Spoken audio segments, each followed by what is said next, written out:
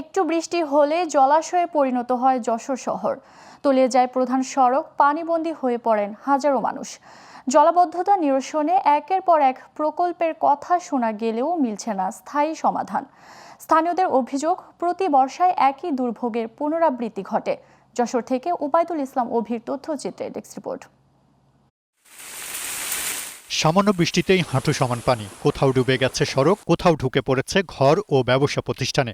যশোর শহরের চিত্র এটি। টিবি ক্লিনিক মোড়, শঙ্করপুর উপশহর, খড়কি, পালবাড়ি সহ বিভিন্ন এলাকায় বর্ষায় এলেই দেখা দেয় একই দশা। নোংরা পানিতে নষ্ট হচ্ছে আসবাবপত্র, ব্যাহত হচ্ছে স্বাভাবিক জীবনযাত্রা। স্থানীয়দের অভিযোগ, অপর্যাপ্ত ড্রেনেজ ব্যবস্থা, খাল দখল এবং অপরিকল্পিত নগরায়নের কারণে সামান্য বৃষ্টিতেই জলাবদ্ধতা তৈরি হচ্ছে।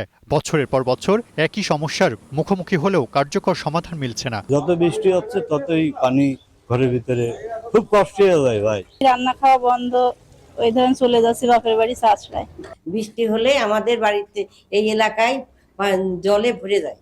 হ্যাঁ, পৌরসভাতে কোনো নিচ্ছে না। প্রত্যেক বছর পৌরসভা লাখ লাখ টাকা নষ্ট করে এর পিছনে। যখনই বৃষ্টি হয় তখনই দেখি জল লাগাই দিচ্ছে, বাট ফলাফল কোনো কিছু আসে না। সচেতন মহলের মতে শহরের পানি কোথায় গিয়ে নামবে সে বিষয়ে নেই সমন্বিত কোনো পরিকল্পনা। তাই খণ্ড খণ্ড প্রকল্প নয়, প্রয়োজন দীর্ঘমেয়াদী ও টেকসই উদ্যোগ। এই পানিগুলি, ড্রেনগুলি কোথায় যায় নামবে, কোন পথ দিয়ে পানি বেরোবে তার কোনো সুনির্দিষ্ট পরিকল্পনা নেই। তাই এর সমাধান করতে হলে পারে পরিকল্পিতভাবে করতে হবে। তবে পৌরসভার দাবি, জলাবদ্ধতা কমাতে ড্রেন সংস্কার ও খাল পুনর্খননের কাজ করা হয়েছে। পাশাপাশি স্থায়ী সমাধানে নেওয়া হচ্ছে নতুন পরিকল্পনাও। গত 3-4 দিন আগে আমাদের সকল ইন্সপেক্টর এবং প্রশাসক সিও মহোদয়ের সাথে নিয়ে আমরা বসছিলাম। এই 5-6 ঘন্টা যে জলাবদ্ধতা হচ্ছে, এটার কারণ কি সেটা আমরা চিহ্নিত করে কোন কোন স্পটে আমাদের এই সমস্যাগুলো সেটা আমরা চিহ্নিত করছি এবং তারই ধারাবাহিকতা আমাদের কাজ চলমান আছে।